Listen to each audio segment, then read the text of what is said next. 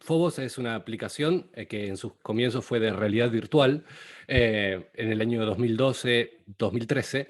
En el año 2017, con el surgimiento de la tecnología de ARKit de la empresa Apple, fue que me incliné por virar el desarrollo desde realidad virtual hacia realidad aumentada.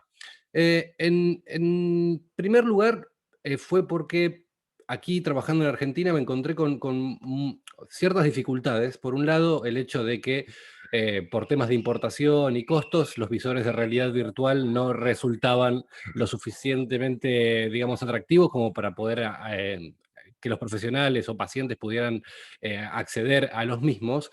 Y por el otro lado, teníamos el tema de la penetración, donde la gente que lo usaba cuando llegábamos al consultorio, sobre todo a partir del año 2018 aproximadamente, donde recién se pudo empezar a usar otros dispositivos para incluir las manos dentro de las experiencias, a ciertos pacientes, sobre todo en franjas etarias que iban desde los 50 años hacia adelante, se complicaba mucho manejar los controladores de los dispositivos.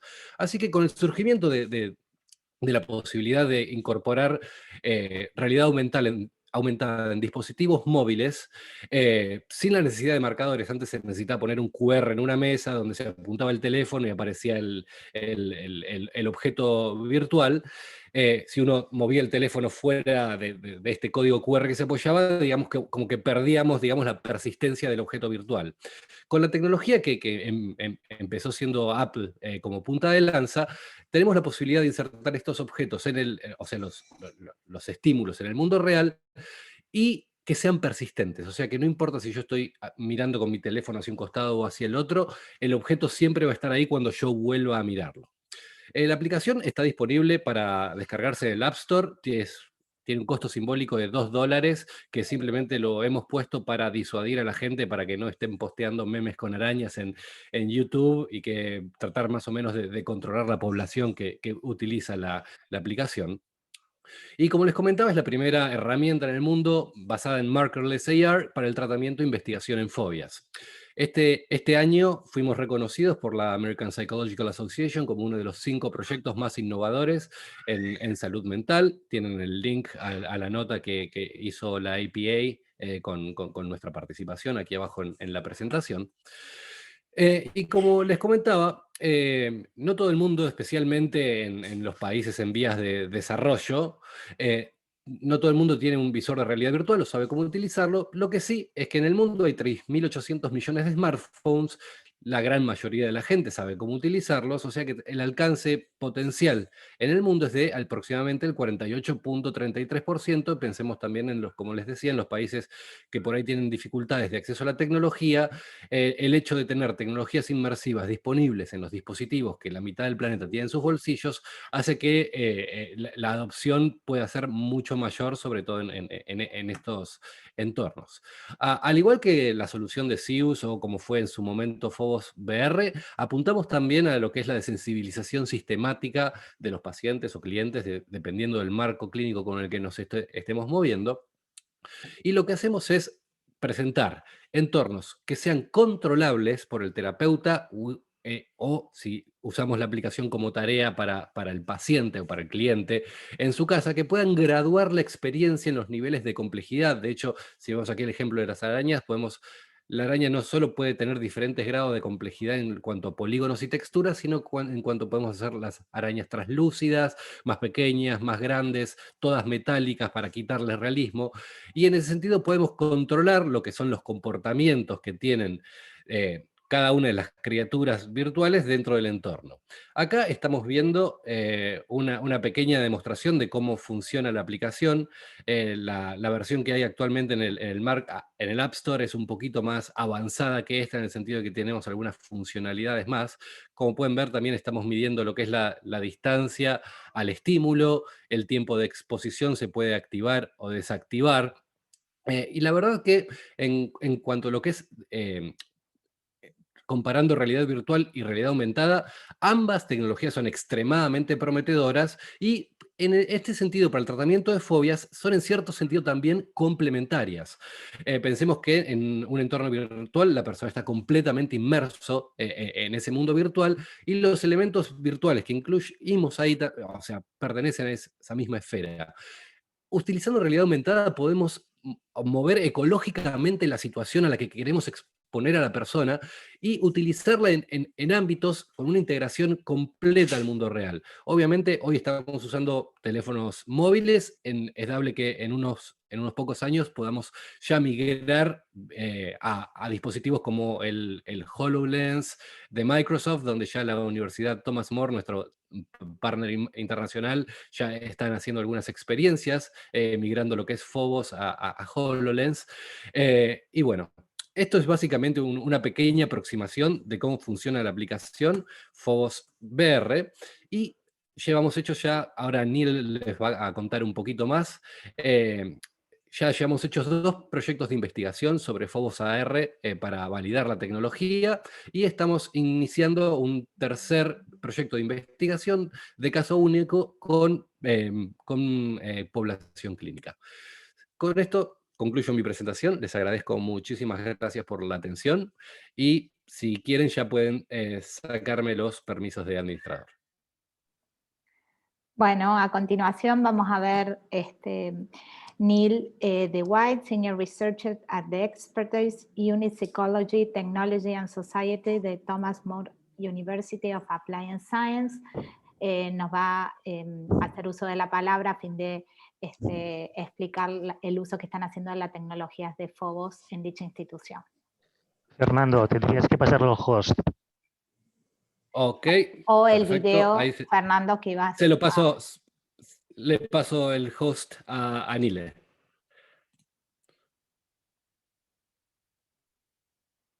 Ok. A ver, Nile, can you try sharing your screen? I'll stop sharing mine. Okay, can you see my screen? Yes. Welcome, Neil. Great. So I'm sorry, I'm going to do it in English. I'm from Belgium, so my Spanish is not that good. Thank you for having me here. And I would like to give you a perspective from a research and clinician point of view on the Phobos AR app. So I work in the expertise unit Psychology, Technology and Society. So we specialize in investigating how technology can improve clinical practice, but also at how clinicians can actually use it and what their attitudes and uptake of such technologies are. So a couple of years ago, we actually came across the Phobos AR app, and we were very happy about this app because it was really unique as a purposely built and good application that allowed us to use augmented reality in the treatment of anxiety. So we thought it was a great idea. It's very accessible, it's very novel, but the downside of this is, of course, that there's not a lot of research on it. We know very little about the effects of AR in exposure therapy. We know a lot more about VR, but AR is still very, very new. So therefore we thought, well, let's have a look of when it actually can work to treat anxiety. And we know that for exposure therapy, which we've heard already a little bit about today, for this to work, we need to activate the anxiety system. So emotional processing theory states that we need high anxiety to be able to treat it. So the first question that we wanted to ask is whether these virtual animals presented through a smartphone with augmented reality can indeed induce anxiety, because if they don't, then we can't use them for therapy. So we did an experiment in a healthy population to see whether if we expose them to these virtual animals, whether their anxiety increases. So we made a design where they first saw, for example, a spider quite far away from them, and then it came closer. It could be on their hands, or a dog would be far away and then it would bark, and so on. So the anxiety would increase over the time that they were interacting with the animals. And we recorded subjective units of distress, and we indeed see, you can see it in the graph, that anxiety increases as the difficulty levels increase. Additionally, we also saw that sweat production increases. We also measured how much they were sweating, because that's an indication that your arousal system is activated. So that's another indication for anxiety. And we also saw that indeed they were sweating more in the more difficult aspects of the task as in the more easy aspects. A secondary finding that we also had was that anxiety severity measured by a questionnaire, so how fearful they were of, let's say, spiders or dogs, correlates with the effect. So people who are more anxious for these animals also show higher anxiety levels and a higher increase in anxiety. Another thing that we saw in the graph, that how realistic the people felt these animals were, so it's not related to the app itself, but to the experience, did have a small effect on how strong they increased in anxiety. The people who thought that the animals were more realistic increased more, but even the ones who thought, well, the animals didn't come through as very realistic for me, even those people still increased in anxiety. So these are very promising effects. So we now know that the Phobos AR app can indeed activate your anxiety system, which is necessary for exposure. So now we're taking it to the next step, and we're actually investigating the effectiveness of this app in exposure therapy in individuals who have an actual diagnosis of phobia for a specific animal. So the previous findings have already been published, but we're now taking the next step and investigating it in a clinical sample because, as I said before, it hasn't been done, so we really want to know whether this works and how this works. A second question that we asked ourselves is whether professionals in practice are willing to use it, because investigating effectiveness, knowing that something works, is not the same as knowing that people will use it in clinical practice. We see a lot of research and interesting findings that don't make a difference in the clinician's office or for patients. So we wanted to know whether clinicians are interested in using this application. So we did a focus group and we already talked with a lot of clinicians along the way. And we see that they're actually really interested in the application. And that's because they see multiple advantages of Phobos AR, of this smartphone application. The first advantage that they see is that it allows them to take a more gradual approach. When we do exposure therapy, usually we first do imaginary exposure when using your thoughts or pictures of a certain animal to have exposure to this animal, or we do in vivo exposure with actual dogs or spiders or other animals. But you can see that the gap in difficulty is quite large between those two. So it would be very interesting to have this AR application in between as a sort of intermediary step to get a more smooth increase in difficulty level. A second advantage is, of course, that it's very practical. In Belgium, we know that spider season is mainly in September, so that it's very easy and practical to treat spider phobia, but at other times of the year, it can be very difficult to get access to these animals and to use them in treatment. You also need to maintain the animals, keep them alive, find the right dog, maybe have him do the right behaviors in your therapist's office and so on. So it's not a very practical way of doing therapy. While having all these animals basically in your pockets on your smartphone is a lot better or easier to work with. And it gives you also a lot more control. As Fernando already showed you, you can make the animal run around, you can make the dog bark, you can make him lie down and so on. So you can really target the specific behaviors that your patient is afraid of and really offer them in a controlled way to your patients. Another, and I think this is one of the most important advantages of having this application, is that it allows for homework exercises. Normally, it's very difficult to take either an animal home or a VR headset or other things, but your smartphone is something that you can easily take home and take into your pockets. And having be able to do exposure in your own home context has a lot of advantages, because we now see that fears can sometimes return in real life outside of the treatment context. And by doing homework exercising and looking at a spider actually in your own basement or in your own bathroom can actually really help to have an extinction in multiple contexts and treat this anxiety. So having the option for homework is very important. Finally, it's a very low-cost application. A smartphone, a lot of people already have such an Apple phone, and the app itself also doesn't cost a lot. So both for clinicians and for patients, it's something that can be quite cheap, which is of course also an important benefit, because we know, or in Belgium at least, healthcare funding is always a challenge.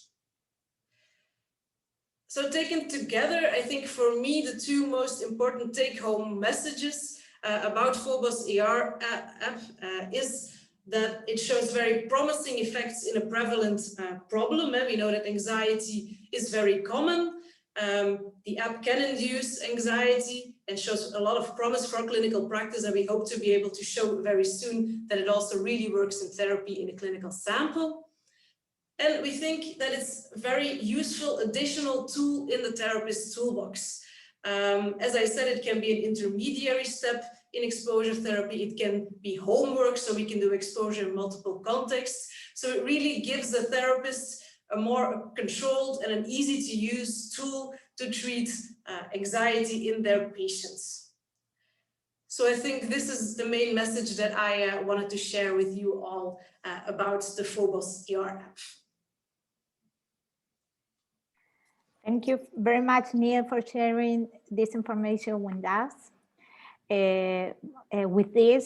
Con esto terminamos este módulo que hemos destinado a las aplicaciones de realidad virtual y aumentada en salud mental, y vamos a dar inicio a la segunda y última sección de este primer webinar, que son los casos de uso en lo que refiere a la rehabilitación física y o cognitiva. Para la primera presentación voy a invitar a Ricardo Ruibal y a Cecilia Testa, quienes van a comentar sobre rehabilitación física. Ricardo. Gracias, Carolina. Bueno, buenos días o buenas tardes a todos. Yo soy Ricardo Ruibal, estoy acá en Córdoba, Argentina.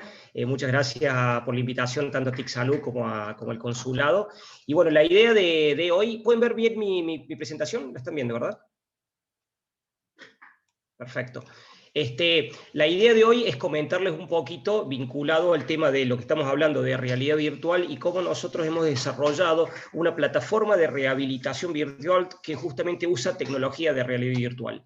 Un poco para encaminar el proceso en el cual hemos trabajado, queremos poner foco en tres principales problemas que encontramos con la rehabilitación tradicional, ya sea rehabilitación traumatológica o neurológica. Veíamos que muchas veces los pacientes carecen de motivación, sobre todo en rehabilitaciones que son muy extensas en el tiempo, entonces constantemente tenemos que estar de alguna forma motivando a los pacientes, y no solo los pacientes, sino también a los terapistas involucrados en la tarea de rehabilitación, lo cual es bastante complejo estar todo el tiempo buscando nuevos elementos para motivarlos. Ese es un tema que nos preocupaba. El segundo aspecto es el tema de poder gestionar métricas en forma objetiva. Sabemos que muchas veces los terapistas están un poco saltando de un paciente a otro, entonces es muy complejo registrar objetivamente cuál es la evolución de los pacientes, entonces buscamos que con la tecnología poder por lo menos ayudarle a los terapistas a que eso lo puedan hacer en forma más eficiente y más ordenada. Y el tercer punto, y más ahora con la pandemia que al mundo le ha pegado, son todos los procesos vinculados a la rehabilitación en el hogar. Hay muy pocas herramientas vinculadas específicamente a rehabilitación y sobre todo con el tema de la utilización de sensores dentro del hogar del paciente, que eso les voy a comentar ahora en unos minutos. Con estos problemas hicimos foco en buscar una solución y así creamos ModMe. ModMe es una plataforma de rehabilitación virtual que usa tecnología de detección y reconocimiento de movimientos, básicamente para detectar el cuerpo del paciente sin tocarlo y representarlo en un entorno de realidad virtual semi-inmersiva, donde el paciente puede realizar actividades lúdicas, es decir, puede ir jugando a medida que va realizando su rehabilitación. Para esto quisimos realizar un enfoque generalista y un enfoque transversal a la rehabilitación, y pusimos dentro de la plataforma una serie de herramientas para que los terapistas puedan disponer de ellas y poder utilizarlas según los objetivos terapéuticos que están buscando. Por eso tenemos terapias animadas con avatars animados, tenemos aplicaciones y juegos de realidad virtual, historiales de trabajo centralizados y digitalizados, y tenemos también todas las herramientas para la asistencia remota. Como les comentaba en un principio, nos basamos mucho en lo que son sensores de detección y reconocimiento de movimientos, muchos de esos derivados de la industria de videojuegos, que nos permiten reconocer el cuerpo del paciente en forma completa. O sea, tenemos sensores para tomar todo el cuerpo, sensores para digitalizar las manos. De esta forma podemos realizar muchas terapias vinculadas a lo que es rehabilitación fina, trabajo en pinzas y demás. Y también tenemos plataformas de peso, derivadas, por ejemplo, trabajamos una que es derivada de la Nintendo Wii, una plataforma de juegos, en la cual podemos trabajar con pacientes con problemas vestibulares, trastornos de equilibrio, personas que han sufrido amputaciones, para retomar nuevamente su postura correcta. Con todos estos elementos, nosotros, como les había comentado, digitalizamos el cuerpo del paciente y lo representamos en un entorno tridimensional lúdico, y los entornos de realidad virtual, como ya han comentado otros expositores, son entornos controlados. Entonces a mí me permiten poner más distractores o menos distractores, me permiten reconocer el cuerpo del paciente con un avatar, que ese avatar puede ser a lo mejor un videojuego, un superhéroe para trabajar con niños, que todo el tiempo estamos tratando de buscar el concepto motivacional de esto. Todo este entorno además va sacando fotos y videos en forma automática y registra todo un registro, valga la redundancia, digital de la rehabilitación. Todas estas herramientas las combinamos, como les comentaba antes, para dotar a los terapistas con más elementos motivacionales, tanto para ellos mismos, para realizar su trabajo, como para tener herramientas para trabajar con los pacientes. Ahora, quiero hacer un poquito foco en lo que son la teleterapia, la telerehabilitación y la teleterapia. Cuando pensamos en Mondi, pensamos desde un comienzo para poder trabajar con toda esta tecnología en el hogar del paciente. Y luego también, con el advenimiento de la pandemia, se aceleró todo esto para poder darle herramientas a los centros de rehabilitación para que puedan seguir sus procesos de rehabilitación, pero en el hogar del paciente. Para eso desarrollamos dos conjuntos de herramientas. Uno, lo que nosotros llamamos telerehabilitación, en el cual se le pueden poner los sensores de detección y reconocimiento de movimientos a los pacientes, para que el terapista en tiempo real pueda ir viendo lo que está haciendo el paciente y poder tener biofeedback en tiempo real. Esto no solo permite que el terapista vea lo que el paciente está haciendo, sino que el terapista también lo vea al paciente como si fuese en un video, sino también controlar todos los aspectos de parámetros que está trabajando con el paciente y poder tener interacción en vivo, hablando con el paciente. Entonces esto reemplazamos, en vez del terapista estar al lado del paciente físicamente, lo puede estar en forma virtual. Por otro lado, el otro concepto es el de la teleterapia.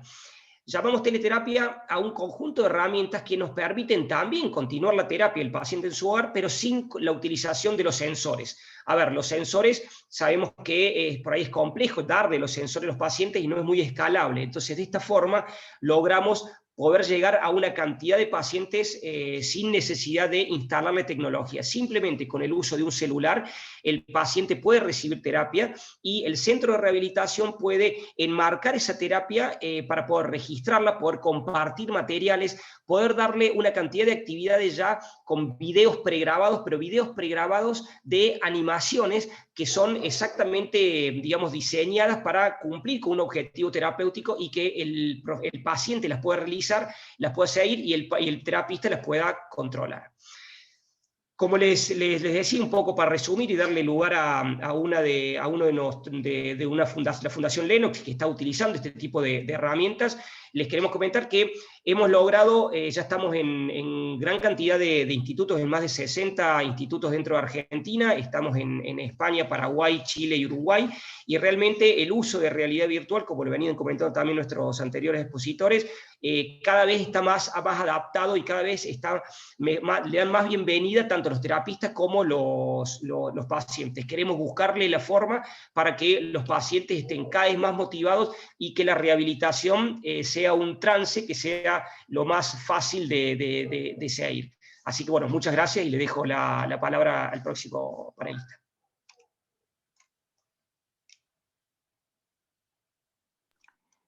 Gracias, Ricardo, por presentarnos tus desarrollos. Ahora voy a invitar a la licenciada Cecilia Testa, jefa de la unidad de neurorehabilitación de la Fundación Lennox, para que nos comente la aplicación de la herramienta. Hola, buenos días, buenas tardes. Buenos días aquí en Argentina, buenas tardes allí. Muchas gracias por la invitación. La verdad que es un honor participar de este webinar. Bueno, yo les cuento la experiencia desde el otro lado, no la experiencia desde el lado de la tecnología, sino del lado del consumo de esta tecnología. Como les presentó Carolina, yo pertenezco a un centro de rehabilitación de adultos, de neurorehabilitación, donde somos un equipo de trabajo interdisciplinario, y trabajamos particularmente con pacientes con diagnósticos de enfermedades crónicas progresivas y evolutivas. Con lo cual la rehabilitación neurológica es algo largo y lo acompañamos mucho tiempo al paciente.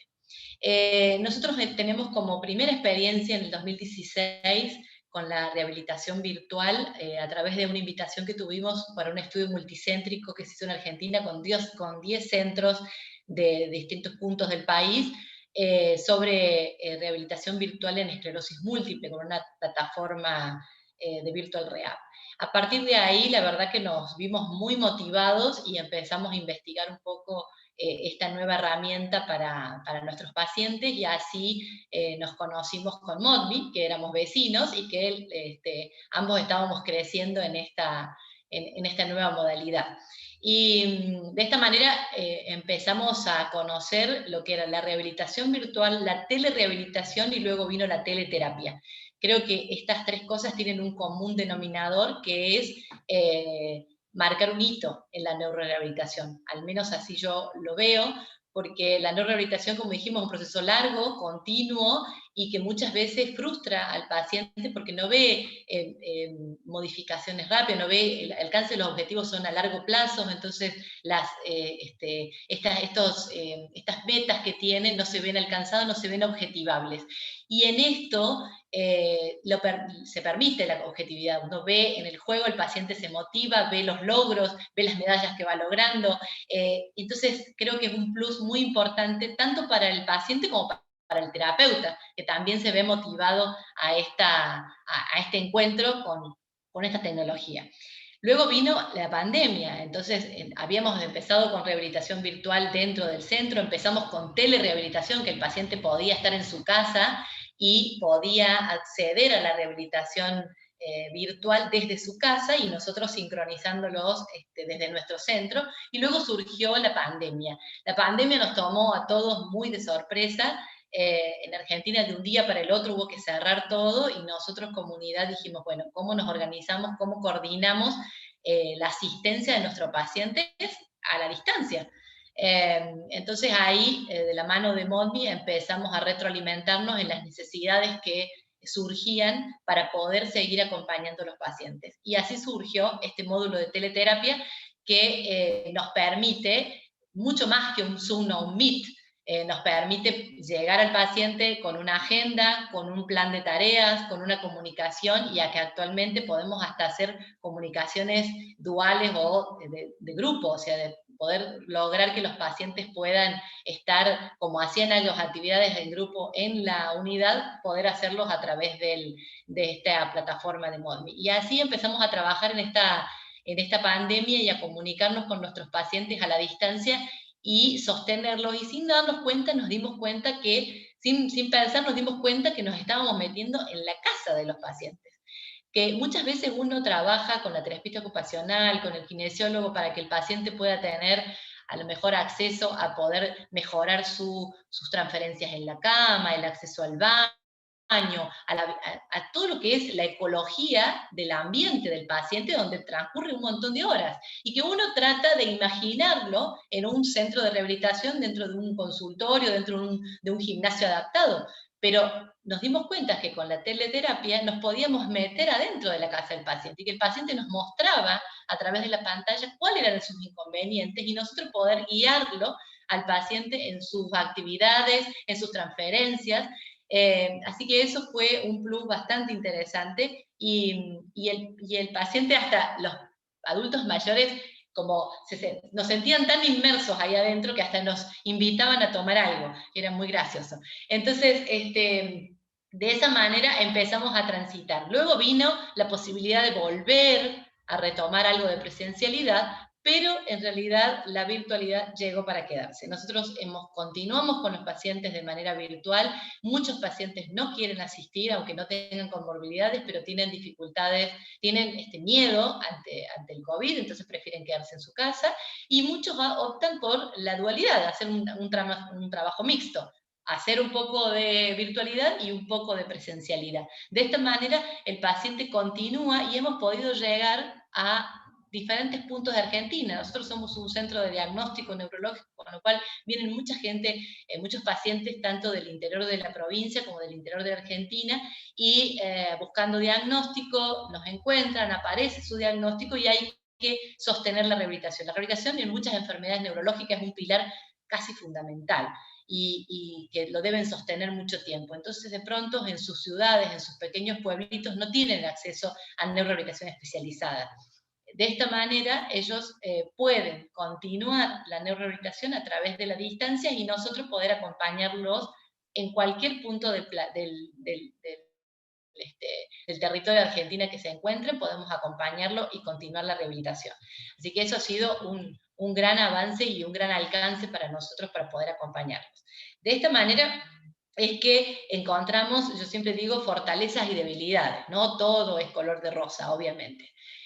Creo que hay muchas más fortalezas que debilidades. Las fortalezas han sido, primero, la motivación, la adhesión del paciente, la compañía del paciente. En un tiempo de pandemia tenemos pacientes muy adultos mayores que, por supuesto que para ellos no ha sido un año más, sino ha sido un año menos en este aislamiento, y nosotros lo hemos podido acompañar, hemos podido sostener esta rehabilitación tanto cognitiva, motora, ocupacional, y eso creo que ha sido una gran fortaleza el poder comunicarnos de esta manera.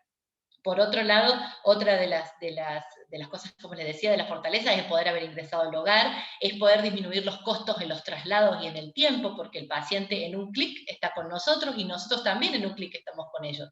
Ahora, en este momento, estamos, si bien nosotros trabajando en la unidad dentro de lo que es la presencialidad, pero también tenemos espacios para continuar con la virtualidad. Entonces terminamos de atender un paciente presencial y nos conectamos a un clic con el paciente que está en su casa, acá en Córdoba, en Ushuaia, en La Rioja, tenemos pacientes por todos lados. Entonces eso también ha sido una gran fortaleza. Y otro importante fortaleza ha sido el sostener la relación con el terapeuta, ¿no? Porque de pronto hay una relación vincular muy fuerte con el terapeuta, y poder, aunque sea a la distancia, o cuando hay situaciones de alarma que hay que aislarse porque algún contacto estrecho y demás, se continúa de alguna manera esta relación a través de la pantalla, y el paciente sigue estando contenido por un profesional. Y hablando de debilidades, bueno, las debilidades pueden haber sido muchas veces relacionadas al deterioro cognitivo elevado, cuando el paciente tiene mucho deterioro cognitivo, mucho desorden mental, puede que necesite mucha asistencia de un cuidador o de un familiar, o que tenga mucha dificultad para poder entender o comprender tanto los ejercicios de rehabilitación virtual como la comunicación con el paciente, con el terapeuta a través de la pantalla. Y otra debilidad que por ahí está más en relación a lo mejor a los centros, es la cuestión económica, ¿no? El poder acceder a las licencias, acceder al equipamiento, a todo el hardware que uno necesita tener tanto en un centro de rehabilitación como el paciente en su hogar. De todas maneras, siempre estamos buscando la manera de que el paciente tenga la posibilidad, y ahora estamos con varios pacientes haciendo telerehabilitación y consiguiendo equipos donde se pueda, para que el paciente pueda tener equipos en su casa y realizar una telerehabilitación. Quiere decir que le armamos los juegos, le armamos todo el plan de tratamiento, además de la comunicación por teleterapia, y el paciente puede hacerlo sincrónico o asincrónico a toda esta actividad lúdica, y queda registrado, y el terapeuta puede ir viendo los progresos y puede ir marcando los cambios necesarios de acuerdo a las necesidades que tenga el paciente en su rehabilitación. Así que creo que en general esto, como les que vino para quedarse y es un plus muy interesante para los pacientes, para nosotros que hacemos terapia a largo plazo y que el paciente tiene una neurorehabilitación de por vida, porque es el acompañamiento para mejorar la calidad de vida en enfermedades crónicas y progresivas neurológicas. Muchas gracias. Espero haya sido clara mis comentarios. Muchas gracias, Cecilia, por compartirnos tu información. Voy a invitar a Marc de TIC Salud Social a fin de que nos pueda introducir a los próximos ponentes para dar culminación al módulo. Marc.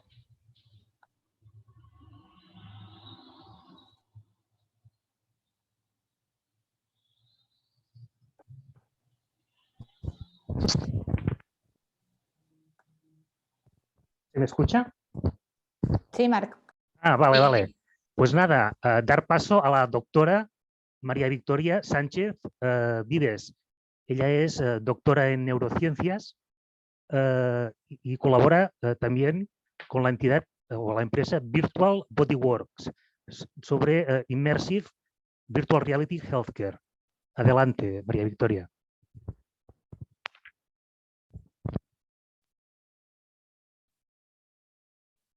Hola, perdón, que estaba silenciada. Bueno, pues soy María Sánchez Vives y voy a hablar de la realidad virtual inmersiva en el tratamiento del dolor y hablo en representación de Virtual Bodyworks.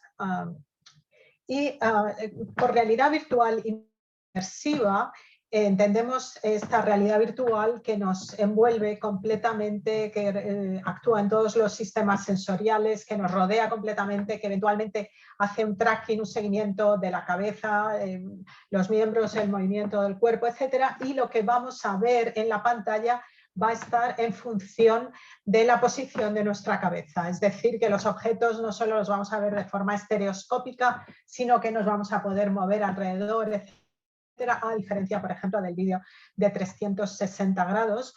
Y esta es una escena de Matrix donde las personas vivían en un mundo virtual, pero en los mundos virtuales completamente inmersivos están generados por un ordenador, ¿no?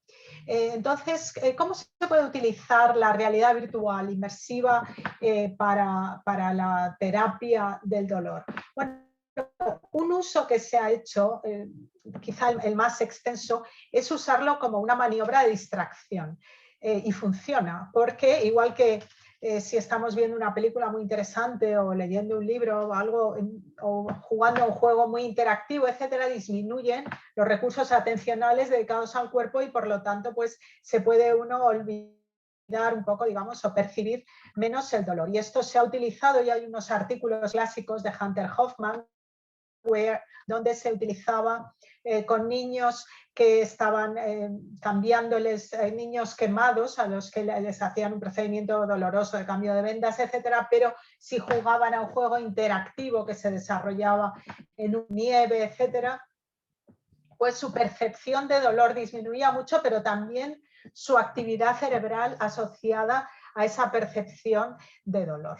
Y otras aproximaciones que se han utilizado más recientemente con realidad virtual es la utilización de entornos relajantes, meditación, mindfulness, reducción de la ansiedad, etcétera.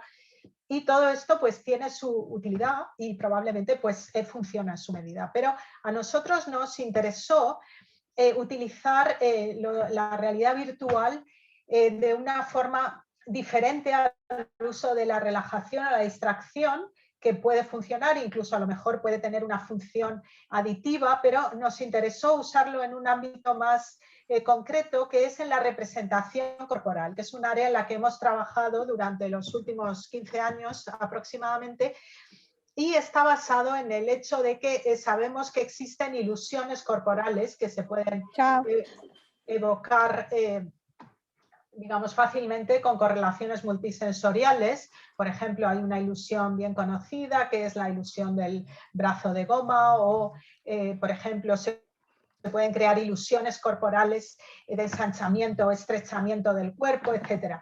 Y lo que nos dicen todas estas ilusiones corporales es que en realidad nuestro cuerpo tiene una representación, nuestro cerebro, perdón, tiene una representación de nuestro cuerpo que no es una representación muy fija, muy rígida, a pesar de la impresión que nos da, ¿no? Sino que se actualiza continuamente en función de las aferencias sensoriales que recibimos. Y basado en esto, es decir, estas ilusiones nos dicen que esta representación corporal es plástica y puesto que es plástica, pues la podemos modificar. Y uno de los sitios para modificarlo es en realidad virtual.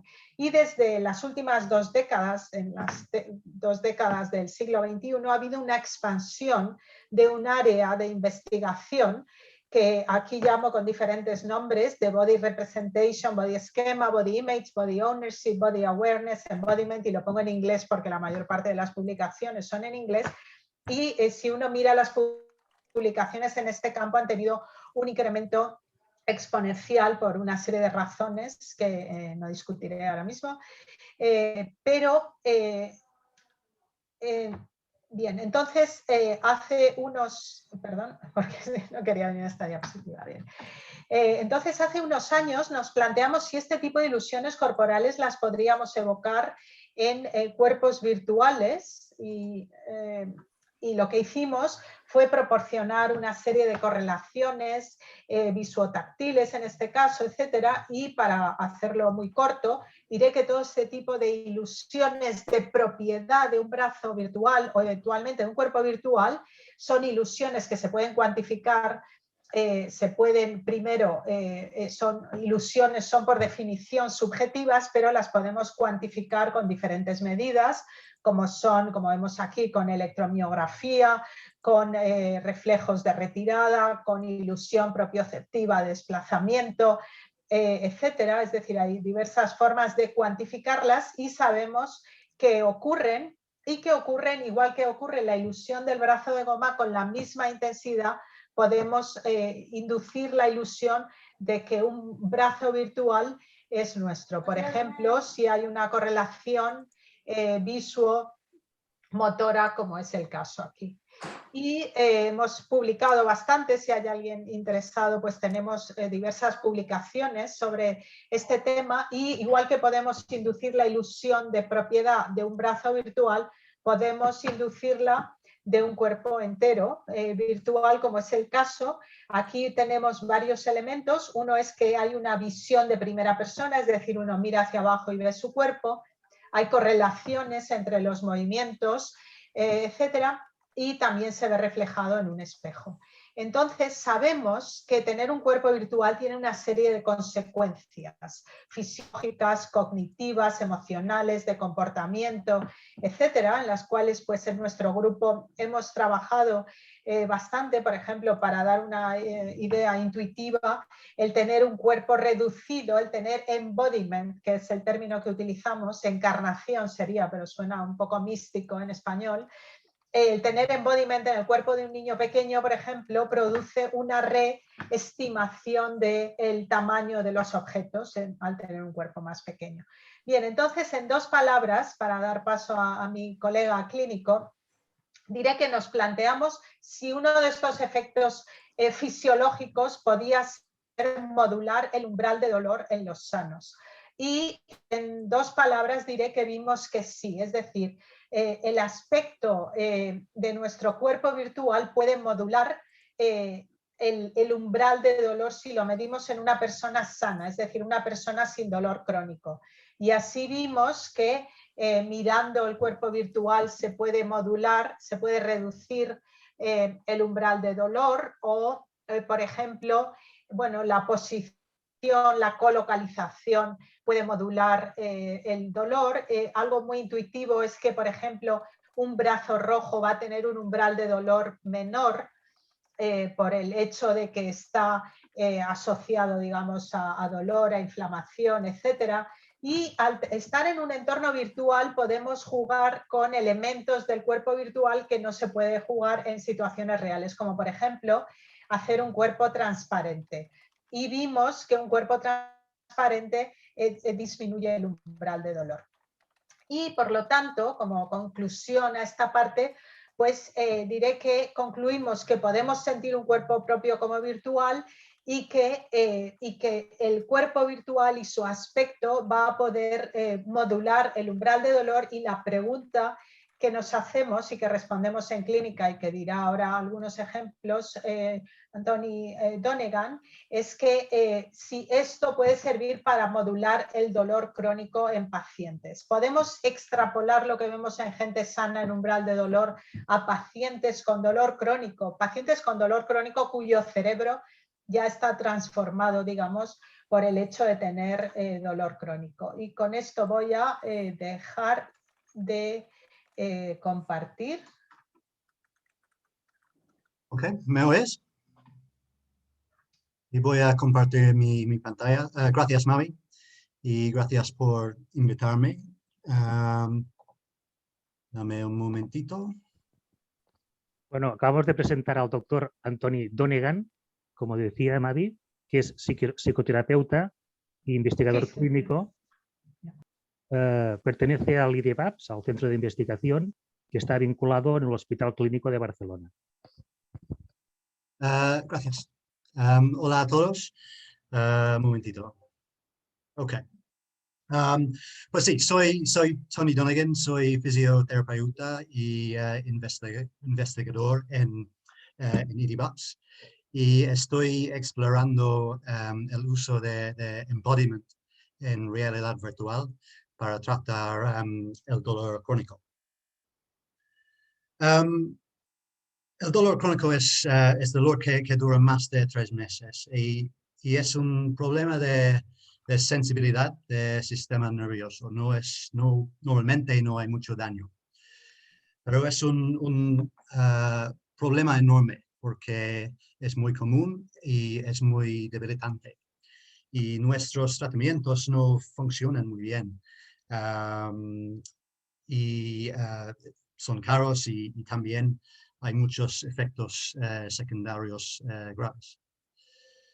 Por eso necesitamos otras terapias que funcionan y que no tienen efectos secundarios.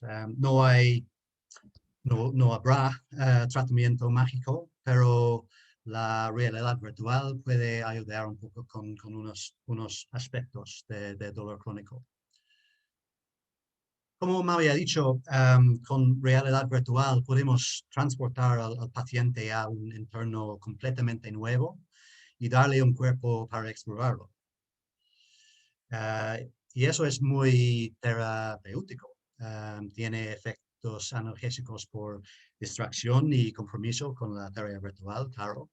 Pero también podemos manipular el cuerpo virtual como queramos. Podemos cambiar el color, el tamaño, podemos estirarlo, podemos darle un cuerpo virtual fuerte, muscular y sano, como un superhéroe si quieres. Y estos cambios pueden ser analgésicos si invierten la imagen corporal distorsionada que se ve en unos tipos de dolor crónico. Por ejemplo, si un paciente tiene una percepción de rodilla hinchada, si encogemos su rodilla virtual, puede ser un efecto analgésico. En otro paciente puede ser una ilusión de estirar. Y hay estudios que han explorado eso. Diferentes ilusiones tienen diferentes efectos según el tipo de dolor y a veces depende en la persona también. Mis compañeros de trabajo han hecho un ensayo para investigar si los cambios de transparencia y tamaño de un brazo virtual modulaba el dolor crónico en 2 tipos de dolor crónico, en dolor neuropático y en distrofia simpática refleja, o CRPS en inglés. Los pacientes colocaban en realidad virtual y el brazo virtual se mostró en 4 niveles de transparencia, como se ve, y 3 tamaños, grande, normal y pequeño. Y midieron niveles de dolor y los niveles de embodiment en todas las condiciones. Y lo que han encontrado es el dolor se redujo en un 50% tras la experiencia en promedio. La transparencia era analgésica en CRPS, pero empeoraba dolor neuropático. Los cambios de tamaño no tenían ningún efecto en dolor neuropático, pero sí cambia CRPS. Entonces, la mejor estrategia debe ajustarse al tipo de dolor. En nuestra experiencia, la mayoría de los pacientes les gusta les encanta la sensación de explorar un nuevo interno con un nuevo cuerpo. Es una revelación. Mueven con menos miedo, más rápido, con más naturalidad, y los movimientos parecen ser menos dolorosos también. Pero también hay dificultades. Puede ser una experiencia abrumadora al principio para algunos pacientes. Por eso debe comenzar suavemente y construirse lentamente, poco a poco.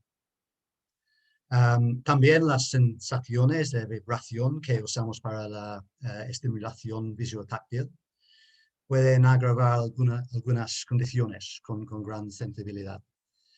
Y los pacientes necesitan un seguimiento cuidadoso y constante. Pero en general la percepción es muy, muy positiva. Resumen, la realidad virtual puede tener algunos efectos analgésicos por diferentes mecanismos. Normalización de la imagen corporal distorsionada, como he dicho, pero también restauración parcial del procesamiento sensorimotor normal, rompe con las expectativas relacionadas con el dolor. Y también hay distracción, motivación y compromiso de la terapia virtual. Es seguro y efectivo, pero hay mucho que no sabemos. Estamos investigando las dosis óptimas, cuánto duran los efectos analgésicos, qué ilusiones funcionarán mejor en diferentes tipos de dolor y diferentes personas.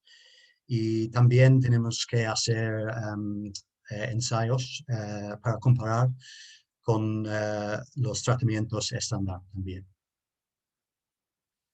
Hemos publicado dos artículos de revisión que discutir estos puntos en mucho más detalle si queréis leerlo. Y ya estoy. Gracias.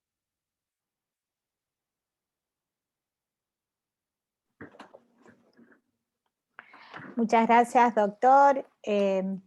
Bueno, hemos llegado de esta forma al final del módulo dedicado a rehabilitación física y cognitiva. Te voy a pedir, Mac, si recoge algunas lecciones aprendidas, algunas experiencias que pudiéramos tomar de resumen. También aprovechar en caso de que hubiera alguna pregunta, dar el espacio para responderlas. Pues muy bien, Carolina, muchas gracias. Un poco resumiendo rápidamente y a modo de lecciones aprendidas, aquellos factores que han impactado positiva o negativamente en el desarrollo de cada proyecto, podríamos decir que a nivel de salud mental, el proyecto de Vall d'Hebron con Sayos destaca la flexibilidad de Sayos, de esta empresa, a empezar una nueva colaboración y las facilidades de disponer de una unidad de innovación, como es en el propio Hospital de Vall d'Hebron, para poner en contacto clínicos y empresas. Esta colaboración es muy importante. También destacar la posibilidad de realizar un tratamiento a domicilio, empoderando a los usuarios más jóvenes. Por lo que respecta al proyecto de salud mental Thomas More Universidad y Phobos, pudimos destacar como aspectos positivos el desarrollo de Apple ARKit, que ha posibilitado la creación de la herramienta desarrollada con Phobos.